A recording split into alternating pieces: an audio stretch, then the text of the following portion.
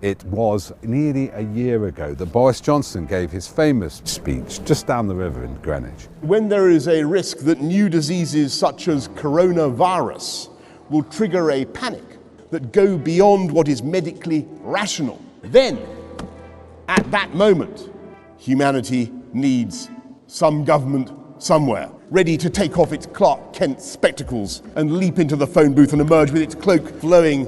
We locked down too late, and we had the worst coronavirus deaths in Europe, one of the highest per capita in the world of any developed country. World-beating. And we also had the highest healthcare and care worker deaths. So world-beating, yeah, like the worst. Certainly is, and it certainly does fit that description as world-beating. And also for those people who say, well, you know, if you lock down, you damage the economy. Well, actually, two things happened together. We had the biggest hit of our economy in the OECD. So it was a double whammy of disaster and one of the worst in the world. 100,000 people died. And what did a lot of businesses do? They decided, let's make money from this. We know many of them were Conservative Party donors. So only recently, a big laptop deal for £2 million from a company which had invested, or rather donated, £100,000 to the Conservative Party. We have a minister involved in the vaccine programme whose family company is now involved in the medical business. You know, it's a small network of people. Dido Harding, who's a friend of the Conservative Party, gets a job running Test and Trace. All this money outsourced to people like Serco when it could be done by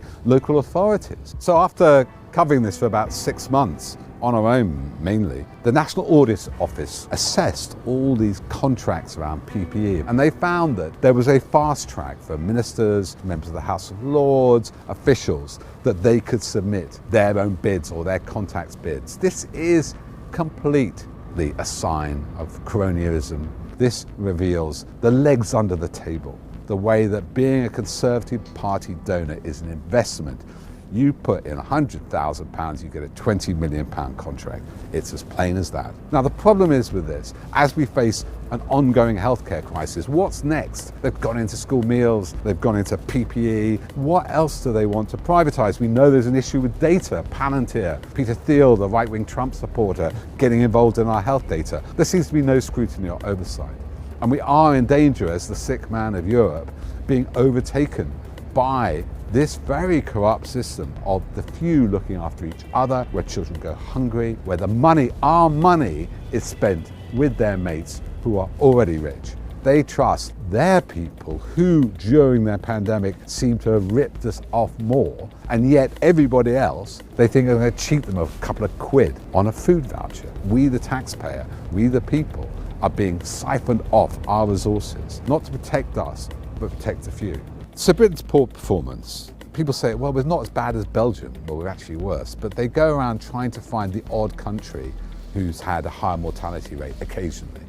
What a position to be in. We're not the bottom, we're second from the bottom. The countries who have done the best. Zero COVID. You've got to stamp it out. Track, trace, eliminate. Our track and trace system doesn't work. The government messaging has been wrong. It's like there's a laissez-faire libertarian attitude to it, which led to the English variant, by the way. And we've missed the whole point. You have to track it down. You have to get rid of it. If it becomes endemic, it might mutate to be worse. You have to eliminate it. Only when we take a zero COVID response, and that's us as individuals and the government, that we'll be able to show the best practice and have the success of other countries. The good news about the government is they're incompetent. They can be pressurised to change tune and U-turn. There was a U-turn over herd immunity. There's another U-turn about the lockdown, obviously, when the second wave hit. Over school meals, they can be forced to U-turn over that. They are not one voice. There is a fight within government. People change their mind. Apparently, Dominic Cummings changed his mind. Maybe he's testing his eyesight at the time. There is a sense there's a lot still to play for. The problem revealed by the pandemic and the infodemic combined with Brexit is the whole problem with the British state, the organisation of the media, its accountability, the House of Lords being stuffed with Boris's pals. And the problem with the vote leave government, they are like the worst people you'd ever want to run a government during a pandemic. Why? Well, they're liars. We know that Boris Johnson made a career out of lies, sacked from the Times for lying, Daily Telegraph made his career lying about Europe, and we know they lied in their campaign. 350 million to the NHS, Turkey is coming over here. We know they lied about how much money they spent, and they broke the law. So we have a government which is mainly led by pundits, by Gove and Johnson, who are adept spinners of truth. And so at the top of the table, we have people who've got that way through twisting the media, being a very effective and mendacious campaigners. And you can't lie about a virus. You can't sing Rule Britannia to it, you can't spin it, you can't pretend that it's not happening, but you can't fix the figures even of death. And you have to wake up reality. Your chutzpah, your lawyer-like ability to spin the truth, does not work with a replicating pathogen. It doesn't care. And a bit like during Chernobyl, when the Soviet authorities tried to cover up what's gone wrong there. One of the key scientists pointed out the cost of lies. What is the cost of lies? It's not that we'll mistake them for the truth. The real danger is that if we hear enough lies, then we no longer recognize the truth at all. What can we do then? What else is left but to abandon even the hope of truth and content ourselves instead with stories? What have been the cost of the pandemic lies? Well, at least 100,000 dead. And yet this government remains at 40% in the polls. So is there no cost to lies, except to us?